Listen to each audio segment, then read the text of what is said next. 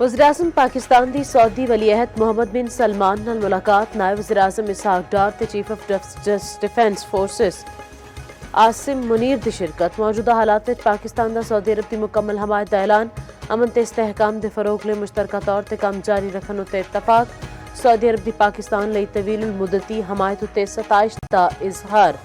वज़ीर-ए-आज़म ने वली-अहद नूं यकीन दिवाया पाकिस्तान हमेशा सऊदी अरब नाल मजबूती नाल खड़ा रहेगा। मुख्तसर दौरे के बाद वज़ीर-ए-आज़म शहबाज शरीफ वतन वापस रवाना। मक्का रीजन के डिप्टी गवर्नर ने अलविदा किया।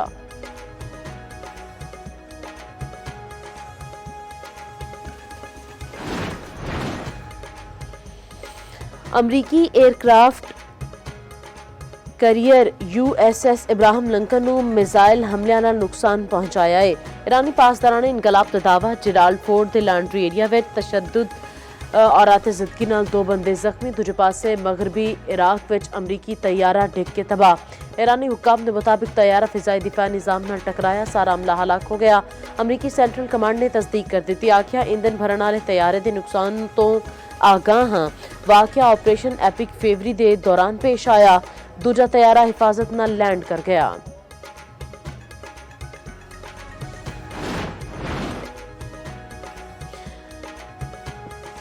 आलमी मंडियां विच तेल दी कीमतां विच उतार चढ़ाव जारी। ब्रेंट क्रूड ऑयल फिर $100 वध गया। कीमत $100 फी बैरल ते अपड़ गई। WTI खाम तेल के निर्ख $95 ते 33 सेंट तक जा पहुंची। इटली वालों 9.9 मिलियन बैरल महफूज जखायर तो तेल रिलीज। अमरीकी वज़ीर खजाना स्कॉट बेसेंट आखना है अमरीकी बहरिया इत्तेहादिया नाल आबना हुरमज़ विच जहाज़ां की हिफाजत कर सकती है। जो मुमकिन होया अमरीकी बहरी जहाज़ नूं आबना हुरमज़ तो लंघाएगी।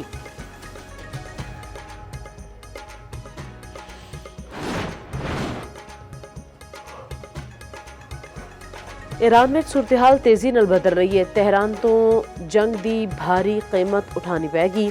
अमरीकी सदर की मीडिया ब्रीफिंग। ट्रंप ने ईरान नूं बुराई की सरजमीन करार दे दिता। आख्या ईरान नूं दुनिया तबाह करन तो रोकना अहम है। ईरान के खिलाफ जंग विच सब चंगा है।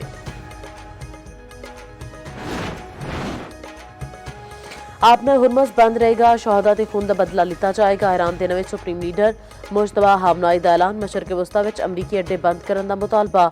कौम के नाम पहले ऑडियो पैगाम में आख्या अमरीकी अड्डे बंद न किए गए। तेहरान के हमले जारी रहेंगे। अमरीकी अड्डियां ते जवाबी हमले होंगे। अपने दुश्मन नूं शिकस्त देवांगे। दुश्मन नूं साडे स्कूलों उत्ते हमले का हिसाब देना होवेगा। हर ईरानी के खून का बदला लवांगे।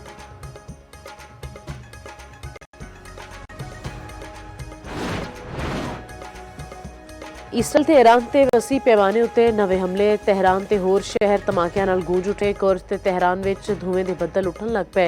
इसराइली फौज ने दावा किया ईरानी हुकूमत के इंफ्रास्ट्रक्चर नूं निशाना बनाया जा रहा है। इसराइली फौज का ईरान के न्यूक्लीयर साइट्स नूं भी निशाना बनाने का दावा। तेहरान के नेड़े वाक़ साइट नूं जंगी जहाज ने निशाना बनाया।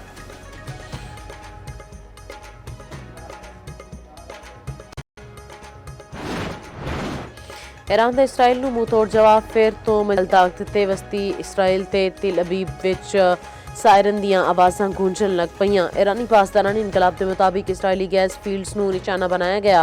ताज़ा हमलियां विच इमाद कदर हैबर शिकन ते फतह मिसाइल का इस्तेमाल। तिल अबीब ते खिते विच अमरीकी अड्डियां नूं निशाना बनाने का दावा। ईरानी मीडिया ने दावा किया। आख्या शहीद ईरानी सुप्रीम लीडर आयतुल्ला हमनाई दी अहलिया जिंदा ने। इन्हां दी शहादत के हवाले नाल खबरां गलत सन।